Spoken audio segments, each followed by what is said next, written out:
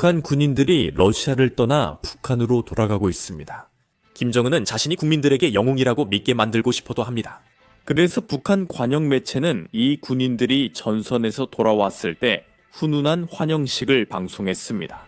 그는 그들의 용기를 칭찬했고 심지어 다리를 잃은 군인을 도와주기도 했습니다. 하지만 선전 매체가 보여주지 않은 것은 그 군인이 왜 다리를 잃었는지입니다. 그는 장비처럼 블라디미르 푸틴에게 대여되었습니다. 그리고 그가 걸을 수 있는 능력을 잃는 동안 김정은은 훨씬 더 중요하게 생각하는 무언가를 얻었습니다. 200억입니다. 이 동맹은 러시아를 몰락하던 국가에서 전쟁으로 이익을 내는 기계로 바꾸었습니다. 그들은 이제 단순히 군인만 보내는 것이 아니라 노동자들을 보내고 드론 공장을 건설하며 수천 명의 납치된 우크라이나 어린이들과 관련된 어두운 비밀을 숨기고 있습니다. 그럼 이제 세계에서 가장 가난한 나라가 이 전쟁을 통해 어떻게 부자가 되고 있는지 살펴보겠습니다. 이것이 북한 국영 매체가 방송한 영상입니다. 여기서 김정은이 특별 행사에서 이 군인들을 환영하는 모습을 볼 수 있습니다. 이 행사는 북한이 특수부대와 전투공병, 그리고 지뢰 제거 작전을 위해 병력을 파견해 러시아 지도자를 도왔다는 사실을 처음으로 인정한 것이었습니다. 이 행사에서 김정은은 군인들의 신성한 임무에 감사하고 빛나는 군사 업적을 칭찬했습니다. 소셜미디어, 그러니까 트위터 같은 곳에서 특히 친북 계정들에서 이런 것들이 실제로 존재합니다. 이 소셜미디어 계정들은 조선중앙TV 공개기 영상에 열광했습니다. 이 계정은 김정은이 미국이 여러분에게 믿게 하려는 그런 괴물이 아니라고 말합니다. 이 영상엔 김정은이 다리를 잃은 군인을 돕는 장면이 있습니다. 하지만 이 계정은 김정은이 이 군인이 다리를 잃은 이유임을 언급하지 않습니다. 그는 이 군인을 수십억 달러를 벌려고 푸틴에게 러시아로 보냈습니다. 또한 그 군인은 실제로 돈을 받지 못하고 모든 돈은 김정은과 측근들에게 갑니다. 실제로 지난해 10월 북한이 이 전쟁에 처음 개입한 이후로 김정은은 약 1만 2천에서 1만 5천 명의 북한 군인을 러시아와 함께 싸우도록 보냈습니다. 이 군인들은 처음엔 쿠르스크 지역 전투에 집중했고 우크라이나가 방역으로 일부 영토를 탈환했습니다.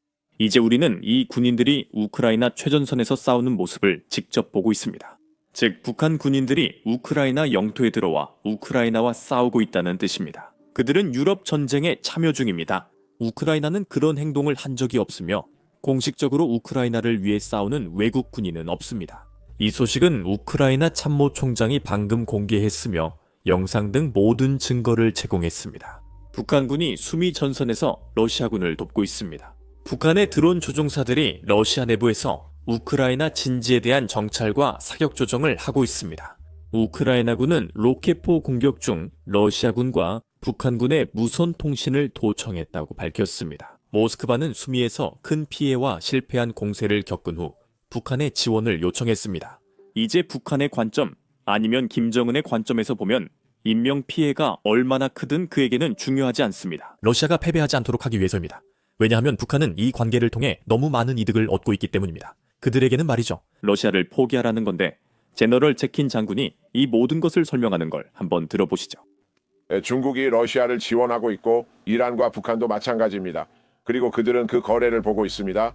러시아가 이기면 그들도 이기는 겁니다. 그리고 그게 그들이 원하는 바입니다.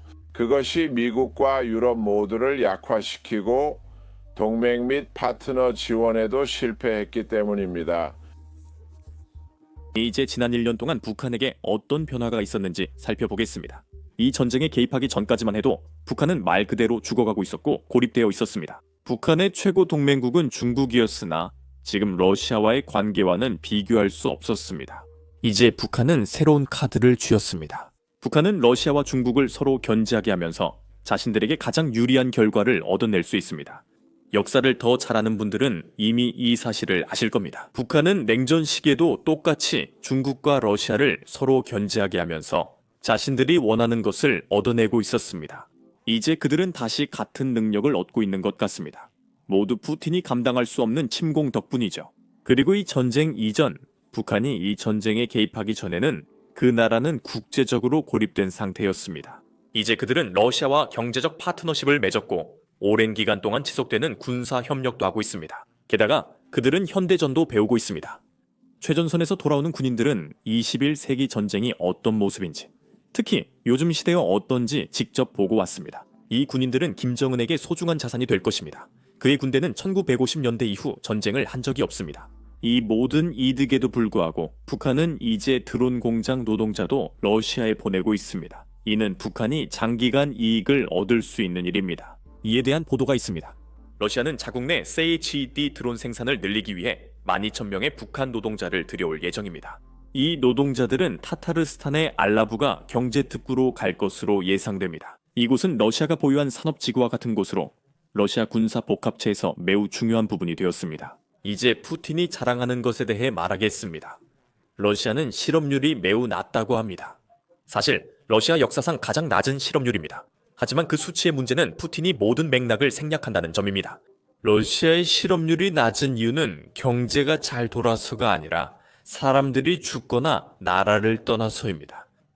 러시아는 전선에서 1100만 명이 넘는 사상자를 냈습니다. 글쎄요, 그 사람들은 노동인구로 간주되지 않는 사람들입니다. 그러니까 노동인구를 아주 작게 줄이면 모든 나라가 낮은 실업률을 가지게 될 겁니다. 사실 그런 경우는 자랑할 일이 아닙니다. 사실 실업률이 너무 낮으면 문제가 될 수 있습니다. 특히 공장 확장 시 그렇습니다. 그리고 그게 바로 지금 러시아가 직면하고 있는 문제입니다. 그래서 그들은 북한과 인도에서 많은 노동자를 수입하는 것입니다. 푸틴은 최근 인도에서 모디와 대형 계약을 맺고 수십만 명의 인도인을 데려올 예정입니다. 그들이 고용할 노동자가 없는 모든 일자리를 채우려는 것입니다. 북한 노동자들은 푸틴에게 시간당 약 2달러를 받는 것으로 알려졌지만 이는 애초에 많지 않은 금액입니다. 하지만 그 돈 중 실제로 노동자에게 얼마나 돌아가는지도 모르겠습니다. 제 생각에는 그 돈의 대부분이 김정은에게 갈 것 같습니다.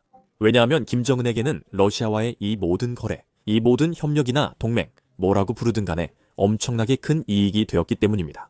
북한은 이 분쟁에 개입한 이후로 200억 달러가 넘는 수익을 올렸습니다. 물론 그 모든 돈이 군인들을 파는 것에서만 나오는 것은 아니고 북한은 포탄도 많이 팔고 있습니다. 7월 보고서에 따르면 북한은 이번 전쟁 중 러시아에 약 1200만 발의 포탄을 전달했습니다. 지금쯤 그 숫자는 더 늘었을 겁니다. 일부 포탄은 제대로 작동하지 않는 것 같습니다. 실제로 작동하는 건 50개 이하일 겁니다. 하지만 러시아는 모든 포탄에 책임이 있습니다. 북한 입장에서는 이것이 윈윈입니다. 왜냐하면 제대로 작동하지 않는 포탄들은 어차피 폐기해야 했을 테고 사실 탄약을 폐기하는데도 돈이 드는데 이제는 그걸 그냥 팔아서 수십 년 전에 만들었던 탄약으로 실제로 이익을 얻을 수 있게 된 거죠. 지금 러시아는 매우 절박합니다. 이제 200억 달러가 북한 경제에 얼마나 중요한지 말씀드리겠습니다. 이 돈이 경제로 들어간다고 말하는 것도 사실 불공평합니다. 이 돈 대부분이 김정은과 측근들에게 갈 것이라 확신하기 때문입니다. 하지만 그런 면에서도 200억 달러는 매우 큰 금액입니다. 이 전쟁 개입 전까지만 해도 북한은 암호화폐 사기로 연간 12억 달러를 벌고 있었어요. 실제로 암호화폐 회사와 개인을 속여 암호화폐를 훔쳤던 거죠. 맞죠? 그리고 그게 그들의 외화 수입의 50%였는데 이제는 사람과 군사 장비를 팔아서 연간 200억 달러를 벌고 있는 거죠. 그러니까 적어도 그들의 경제 규모에 비해서는 이번 전쟁이 북한에게 정말 큰 이익이 되었다고 말할 수 있겠죠. 그 자금 흐름은 당분간 멈추지 않을 것입니다. 북한이 러시아와 새 계약을 맺고 있기 때문입니다. 북한은 자국 내에서 샤헤드 드론과 미사일을 생산할 준비를 하고 있으며 이를 러시아에 판매하려고 하고 있습니다. 이 사실은 우크라이나 정보국장 부다노프가 밝혔습니다.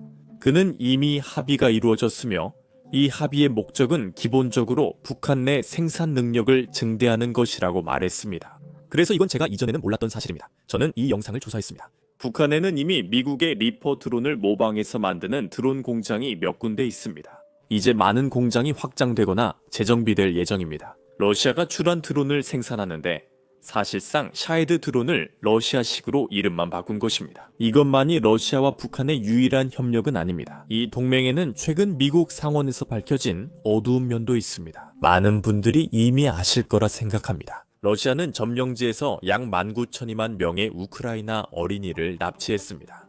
이 아이들 중 많은 수가 러시아로 보내졌고 여러분도 아시다시피 러시아 전역에 여러 가정에 흩어져 있습니다. 그들은 여러 가정에 강제 입양됐습니다. 알겠습니다. 하지만 일부 아이들은 실제로 북한 재교육 캠프로 보내졌다는 사실을 최근에야 알게 됐습니다. 한번 들어보시죠. 저희 단체는 우크라이나 아이들이 군사화되고 러시아화되는 165개의 재교육 캠프를 기록했습니다. 이러한 캠프들은 러시아 점령지 벨라루스 그리고 북한에 존재합니다.